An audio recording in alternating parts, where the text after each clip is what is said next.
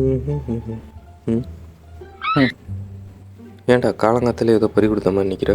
இந்தா நான் உங்ககிட்ட வாங்கினேன் 500 ரூபா. ம். ஒன்றும் அர்ஜென்ட்லாம் இல்லையடா. டேய், என்கிட்ட வாங்கின அந்த 1000 ரூபா பணத்தை 2 நாளில் தரேன்னு சொன்னியே, எங்கடா அந்த பணம்? நானும் ஃப்ரெண்டு தானே, போனால் போகுதுன்னு எத்தனை நாள்ரா பொறுமையாக இருக்கிறது? நீ உண்மையாகவே சோத்தில் உப்பு போட்டு தின்றனா நாளைக்கு காலைலக்குள்ளே அந்த பணத்தை எடுத்து என் கையில் வை. இல்லை உன் குண்டு மணி 2 காணாமல் போயிருண்டா போகிறோம் போக்கு. இனிமேல் எவன்கிட்ட கடை வேணாலும் முடிஞ்ச அளவு சீக்கிரம் கொடுத்துடணும் போல, இல்லைன்னா கனவுல கூட திட்டுறானுங்க.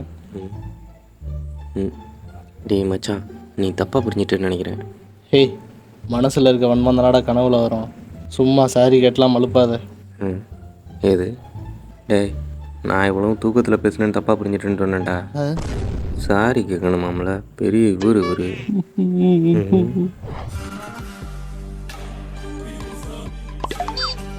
அப்புறம் நான் உனக்கு கொடுத்தது 500 ரூபா இல்லை, 1000 ரூபா. மூதேவி, நாளைக்குள்ளே இன்னொரு 500 ரூபாயும் கொடுக்க பாரு, இல்லைன்னா குண்டுமணி ஞாபகம் இருக்குல்ல?